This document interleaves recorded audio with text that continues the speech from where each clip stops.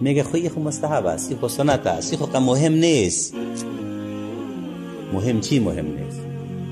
امر رسول الله است، بگذارش که دیگه درجه فقهیش بعد که فرض است یا واجب است یا سنت است یا مستحب است یا سنت مؤکد است یا سنت غیر مؤکد است، پشتی تو نگرد. پشتی بگرد که رسول الله گفته لولا ان اشق علی امتی لامرتهم بالسواک عند كل صلاه و مع كل وضو. اگه با امتم تکلیف نمیشد دمی هر وقت وضو و هر وقت نماز میگفتم مسواک بزن. حضرت عایشه یک کسی پرسان کرد، پیامبر صلی الله علیه و سلم که داخل خانه میاد اول کار که میکنه چی میکنه؟ گفت مسواک بزن. وقت میخواد از خانه برای آخر کاری که چی میکنه چی میکنه؟ گفت مسواک میزنه. وقتی که خواب میکنه در وقت قبل از خواب آخرین کاری که میکنه چی میکنه؟ گفت مسواک میزنه. گفت نه که از خواب بیدار میشه چی میکنه؟ گفت مسواک میزنه. هر چی که گفت مسواک میزنه. گفت آخرین کارش در دنیا چی بود؟ گفت پیش خوارزاده مسواک بود، طرف وسایل میکرد، گفتم بگیرمش بتون برات اشاره کرد که وقتی مسواک گرفتم که دندانای خود نرم کردم برش دادم، مسواک زده میرفت و عمو تو جان داد.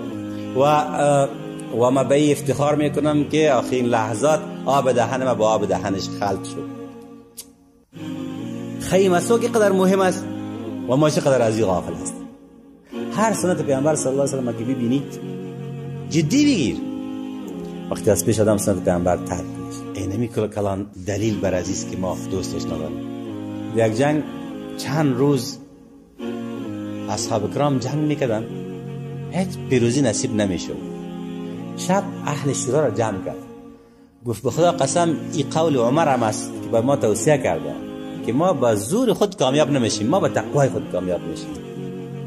ولی ما شما که کامیاب نمیشیم کدام کمی است؟ بگوین که چی کمی است؟ یک چند نفر گفتن یارا دمی لشکر مسواک کسی نمیزن، مسواک نمیزن. خلاص بفهمی شاید باشه. گفت صبح پیش از جنگ مسواک میزنی، پیش از نماز مسواک میزنی، وقت وضو هم مسواک میزنی.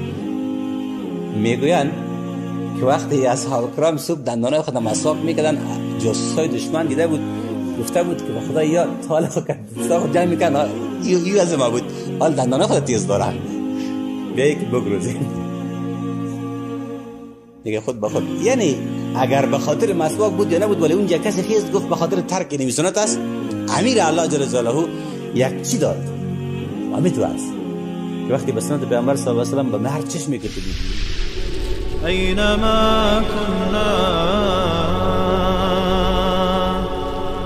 اینما